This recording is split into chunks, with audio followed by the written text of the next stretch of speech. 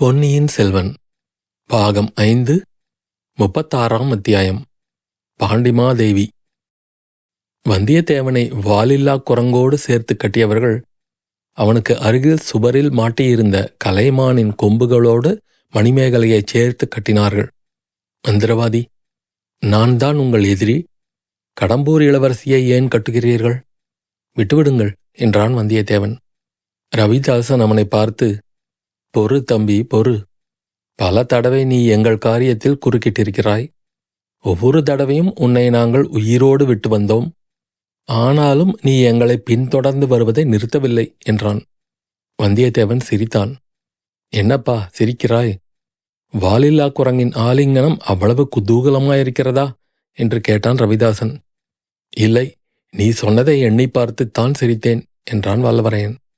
நான் சொன்னவற்றில் எதை குறித்து இப்படி சிரிக்கிறாய்? உங்களை நான் தொடர்ந்து வருவதாகச் சொன்னாயே.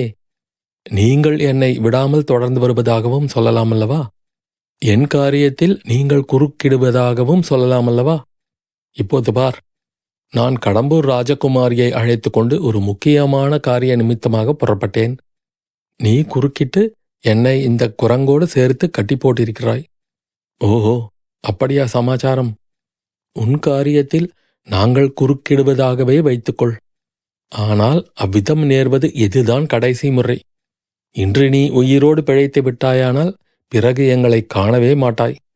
அப்படியானால் நான் உயிரோடு இருக்க பிரயத்தனப்பட வேண்டியதுதான். மந்திரவாதி, நான் உயிரோடு தப்புவதற்கு நீயே ஒரு தந்திரம் சொல்லிக் கொடு என்றான் வந்தியத்தேவன்.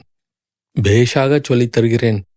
இந்த மண்டபத்திலும் இதற்கு அடுத்த அறையிலும் என்ன நடந்தாலும் நீ அதை பார்த்து கொண்டு சும்மா இரு. பதட்டமாக ஒன்றும் செய்யாதே. உன் உயிருக்கு ஆபத்து நேராது. ஏன் என் பேரில் உங்களுக்கு அவ்வளவு அபிமானம்? ஏன் என்னை கொல்லாமல் விடுகிறீர்கள்? அப்படி கேள். அது பெரிய முட்டாள்தனம்தான். ஆனால் எங்கள் தேவியின் கட்டளை. யார் உங்கள் தேவி? இன்னுமா உனக்கு தெரியவில்லை? பாண்டிமாதேவிதான். பெரிய பழுவேட்டரையரின் வீட்டில் வந்திருக்கும் வீரபாண்டிய சக்கரவர்த்தியின் வீரபத்தினி நந்தினி தேவிதான். நல்ல வீரபத்தினி. சீ, துஷ்டச் சிறுவனே, எங்கள் தேவியை பற்றி ஏதேனும் சொன்னால் உயிரை இழப்பாய். ஜாக்கிரதை. நீங்கள் அல்லவா பழுவூர் ராணியின் மீது அவதூறு சொல்கிறீர்கள். இன்னொரு புருஷன் வீட்டில் வந்திருப்பவளை வீரபாண்டியனுடைய தேவி என்று சொல்கிறீர்களே. அதனால் என்ன?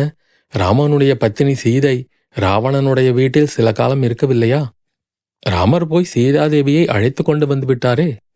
நாங்களும் எங்கள் பாண்டிமாதேவியை அழைத்து கொண்டு போகத்தான் வந்திருக்கிறோம். அவர் பழுவூர் அரண்மனையில் தாமாகவே எந்த காரியத்துக்காக சிறைப்பட்டிருந்தாரோ அது இன்றைக்கு முடியப் போகிறது. ஆஹா, அது என்ன காரியம்? சற்று நேரம் பொறுமையாயிரு, நீயே தெரிந்து கொள்வாய். உன் துஷ்டத்தனத்தை காட்டினாயானால் நீ மட்டுமல்ல, இந்த பெண்ணும் துர்கதிக்கு உள்ளாக நேரிட்டுவிடும். இவ்விதம் கூறிவிட்டு ரவிதாசன் எதிர்பக்கத்துச் சுவர் அண்டை போவதற்கு எத்தனித்தான். மந்திரவாதி, இன்னும் ஒரே ஒரு விஷயம் சொல்லிவிட்டு போ என்றான் வந்தியத்தேவன். ரவிதாசன் திரும்பி பார்த்து, தம்பி, என்னை மந்திரவாதி என்று இனி அழையாதே என்றான். பின்னே தங்களை என்னவென்று அழைக்க வேண்டும்? முதன் மந்திரி என்று மரியாதையுடன் அழைக்க வேண்டும். ஐயா, தாங்கள் எந்த மகாராஜ்யத்தின் முதன் மந்திரியோ தெரியவில்லையா உனக்கு? பாண்டிய மகா சாம்ராஜ்யத்தின் முதன் மந்திரி. பள்ளிப்படைக்கு அருகில் நடந்த பட்டாபிஷேக வைபவத்தை நீ பார்த்து கொண்டிருந்தாயே. பார்த்து கொண்டிருந்தேன். ஆனால் அது ஏதோ என் மனப்பிரமை என்று நினைத்தேன். அதனாலேதான் அதை பற்றி யாரிடமும் நீ சொல்லவில்லையாக்கும். இரண்டொருவரிடம் சொன்னேன். அவர்கள் என்னை பைத்தியக்காரன் என்றார்கள். நான் ஏதோ துர்சொப்பனம் கண்டிருக்க வேண்டும் என்று சொன்னார்கள். ஆஹா, அவர்கள் அப்படியே நினைத்து கொண்டிருக்கட்டும். நீ வெளியில் சொன்னால் யாரும் நம்ப மாட்டார்கள் என்று நம்பித்தான் உன்னை நாங்களும் உயிரோடு விட்டோம். மந்திரவாதி, நீங்கள் என்னை உயிரோடு விட்டதற்கு அது ஒன்று மட்டும்தானா காரணம்? வேறு என்ன? உங்கள் ராணி எனக்காக சிபார்சு செய்யவில்லையா? அதனால் என்ன? இப்போதும் அவருடைய சிபார்சு எனக்கு கிடைக்கும். கிடைக்கும் வரையில் பொறுத்திரு. மந்திரவாதி, உங்கள் ராணி என்னை அவசரமாக அழைத்து வரும்படி இந்த கடம்பூர் இளவரசியை அனுப்பி வைத்தார். அதனாலேதான் நாங்கள் இருவரும் ஒன்றாக வந்தோம். அப்பனே, ராணியின் அறைக்கு வருவதற்கு வேறு வழி இருக்கிறதே. இந்த வழியில் வருவானேன்? அதை பற்றி உன்னிடம் நான் சொல்ல வேண்டியதில்லை. ராணி கேட்டால் சொல்லிக் கொள்கிறேன். ராணி வந்து கேட்கும் வரையில் பொறுத்து கொண்டிரு. மந்திரவாதி, என்னையும் சம்புவராயர் குமாரியையும் உடனே கட்டுவிழ்த்து விடச் சொல். இல்லாவிட்டால் என்ன செய்வாய்? இந்த மண்டபம் அதிரும்படி கூச்சல் போடுவேன். நீ அப்படி கூச்சல் போட்ட உடனே உன்மேல் 3 வேல்கள் ஒரே சமயத்தில் பாயும். ஜாக்கிரதை. வந்தியத்தேவன் ஒரு முறை சுற்றுமுற்றும் கூர்ந்து பார்த்தான். ஆம், 3 சதிகாரர்கள் கையில் வேலுடன் தயாராக காத்திருந்தார்கள். தம்பி, நீ ரொம்ப கெட்டிக்கார பிள்ளை. உன்னை எங்களுடன் சேர்த்து கொள்ளலாம் என்ற ஆசை கூட எனக்கு ஒரு சமயம் இருந்தது. ஆனால் அந்த பழையாறை மோகினியின் பாச வலையில் நீ விழுந்து விட்டாய். அது போனால் போகட்டும். இப்போது புத்திசாலித்தனமாக பிழை. சத்தம் மட்டும் போட்டால் நீ சாவது நிச்சயம். இவ்வாறு ரவிதாசன் எச்சரித்துவிட்டு எதிர்ப்பக்கத்து சுவரில் பொருந்தியிருந்த யானை முகத்தை நோக்கி போனான். சிறிது நேரம் சுவர் அண்டை காது கொடுத்து கேட்டான். பின்னர் அந்த யானையின் நீண்ட தந்தங்களை பிடித்து திருகினான். அங்கே ஒரு சிறிய துவாரம் ஏற்பட்டது. உள் அறையில் பிரகாசமாக ஜொலித்துக் கொண்டிருந்த தீபங்களின் ஒளி வட்ட வடிவமான பூரண சந்திரனுடைய வெள்ளிக்கிரணங்களைப் போல வேட்டை மண்டபத்துக்குள்ளும் வந்து சிறிது பிரகாசப்படுத்தியது. வந்தியத்தேவன் பக்கவாட்டில் திரும்பி பார்த்தான். இளவரசி மணிமேகலை தன் இடுப்பில் செருகியிருந்த சிறு கத்தியை எடுத்து அவளை கட்டியிருந்த கட்டுக்களை அறுத்து கொண்டதை தெரிந்து கொண்டான். மணிமேகலை இடும்பன்காரியிடமிருந்து வாங்கி கொண்டு வந்த சிறிய விளக்கு வேட்டை மண்டபத்தின் ஒரு மூலையில் முணுக்கு முணுக்கென எரிந்து கொண்டிருந்தது. அதன் வெளிச்சம் மணிமேகலையின் மீது படவே இல்லை. மேலும் சதிகாரர்கள் வந்தியத்தேவனையே கவனித்துக் கொண்டிருந்தபடியால் கடம்பூர் இளவரசி மணிமேகலையை கவனிக்கவும் இல்லை. மணிமேகலை கட்டுகள் அவிழ்த்து விடுதலை அடைந்து விட்டதை வந்தியத்தேவன் கவனித்துக் கொண்டான். உடனே வாயை குவித்து கொண்டு ஆந்தை கத்துவது போல் கத்தினான்.